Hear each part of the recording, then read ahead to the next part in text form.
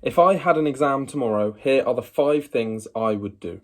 Number 1. Some people refer to this as blurting, and you may have heard of it before. Take about 10 minutes of your time, no notes allowed, take a blank piece of paper and a pen, or whatever you prefer to use, and just write down everything you know about a certain topic, whether this is maths, and you've got certain topics that you need to know about. This would apply to every single subject you can ever imagine. Now, what you want to do at the end of that 10, 15 minutes, however long you want to spend, is have a look at your revision notes, at your textbooks, whatever you use, and fill in the gaps. So if there's certain little topics you forgot, go back, rewrite those, and this will re-jog it back in your memory. Leading on from that one quite nicely is number 2, and you want to just repeat your own notes out loud. This could be the notes you've just made while blurting, or it could be previous notes you've made, whether this is flashcards or posters, whatever you prefer to use. By repeating these things out loud, when you get into the exam tomorrow, in your head you can think, oh, what was I talking about? What was I talking about? And you never know, it might come back to you. And this is something I used to do. So someone would hold the revision notes I've made or the flashcards I've made. They would ask me the questions and I would see if I can answer them.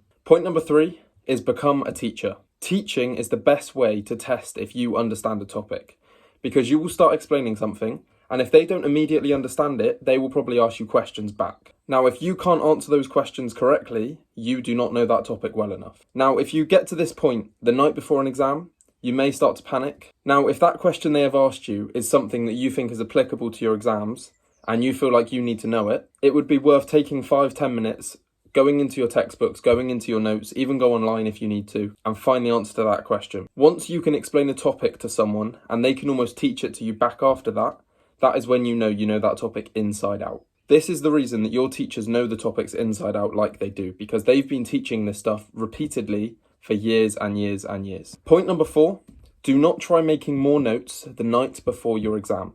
I don't care if you haven't started revising yet, today is not the day to make notes. Because what will most likely happen is any notes you write down on that page, yes, you may remember those, and according to your brain, everything else may be looked at as less of a priority than the stuff you have just written down. Now, some may disagree with me, but in my opinion, I would rather spend my time looking at YouTube videos on little topics, or again, repeating out things from textbooks or getting people to ask me questions on it. Now, as well as not making any new notes, I would also recommend avoiding past papers if you can. Now, I understand some of you may know the topics inside out, and past papers could be a good way of just fine-tuning those little bits of exam technique.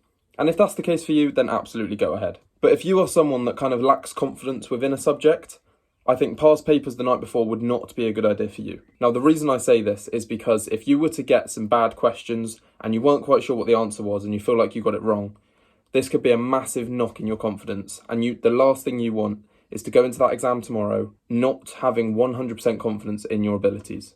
After all the hard work you've put in, do not do it to yourself. Trust me. Now, they are 5 of the most important things, in my opinion, that you can do the night before your exam. However, the one that tops them all is do not stay up stupidly late trying to revise, and then you have about 4 hours sleep, because the last thing you want is to get into that exam at, say, 9 o'clock the next morning and be ready to sleep. You need your brain to be as sharp as possible. Those exams are very tiring. Focusing like that for an hour and a half, 2 hours, really will take its toll if you don't get a good night's sleep. But that pretty much sums up everything I have to say. Good luck in those exams. Maybe you have one tomorrow, maybe you start in a week or 2, maybe you're in year 10 and you've got them next year. But I hope you find these useful, and thank you for watching.